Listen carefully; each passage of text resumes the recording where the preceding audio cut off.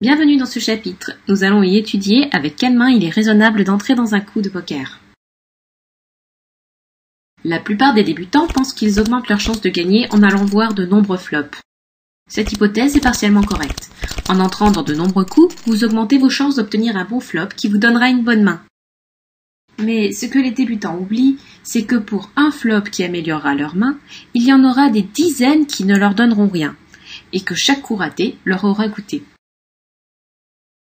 Ce qui compte au poker, ce n'est pas combien de coups vous allez gagner dans la soirée, mais bien combien de jetons vous allez ramasser. Et pour commencer à en gagner, il vaut mieux éviter d'en perdre. Voici donc notre premier conseil. Au lieu de vous demander pourquoi ne pas entrer dans un coup, demandez-vous plutôt pourquoi vous devriez risquer votre argent sur celui-ci. On peut évidemment gagner un coup avec n'importe quelle main, avec beaucoup de chance ou un gros bluff. Mais en règle générale, plus votre main pré-flop est forte et plus votre main finale aura des chances de l'être. Après tout, vous avez autant de chances de finir avec une double paire que vous partiez avec As-Roi ou avec 7-2. Mais qui comptez-vous impressionner avec votre paire de 2 ? Alors, pourquoi ne pas attendre la paire d'As pour entrer dans le coup ? Eh bien pour deux raisons essentielles. Tout d'abord, vous ne verrez peut-être pas l'American Airlines de la soirée. Les chances d'obtenir une telle main sont extrêmement faibles. Ensuite, si vous ne jouez que de très très grosses mains, vos adversaires vont vite s'en rendre compte. Il faut donc sélectionner avec soin ces mains de départ, mais sans être trop restrictif. Il convient donc de déterminer quelles sont les mains qui valent la peine d'aller voir le flop. Bien sûr, ce choix dépend de votre position, du jeu de vos adversaires, du montant de votre tapis, et probablement aussi de votre humeur du moment.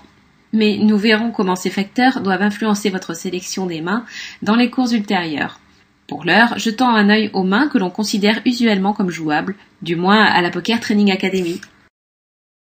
Afin de faciliter la compréhension du choix des mains de départ, celles-ci n'ont pas été classées par force. Cette notion sera développée plus tard dans notre cours 3.1. Elles ont été donc classées par type de main. Tout d'abord, les grosses paires. Ce sont les meilleures mains. Elles sont aussi appelées les premiums. Elles ont un gros potentiel de gain. Lorsque vous recevez une telle main, il est criminel de ne pas la jouer. Attention cependant à ne pas sous-jouer de telles mains pré-flop, car un flop offrant un tirage à vos adversaires, cela peut faire voler en éclats votre avantage. Ensuite, nous avons ce que l'on appellera les mains fortes. Ces mains sont jouées dans l'espoir d'obtenir une grosse paire au flop. Comme toutes les mains potentielles, le flop est alors crucial.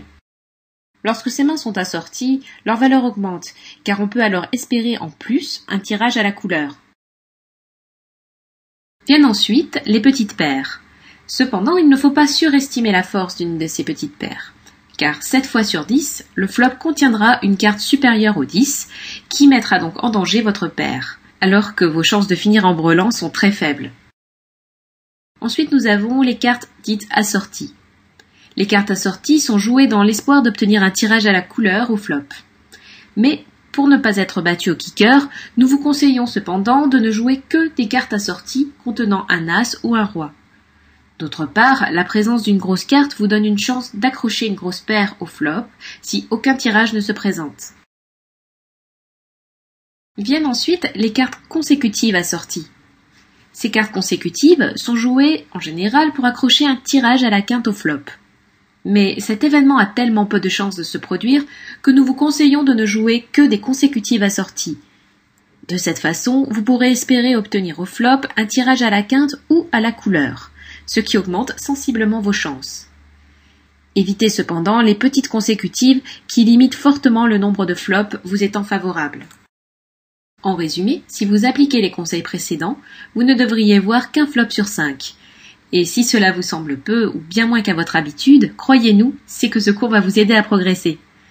Appliquez ces conseils et vous verrez vos gains augmenter. Alors vous pourrez élargir votre jeu si tel est votre style.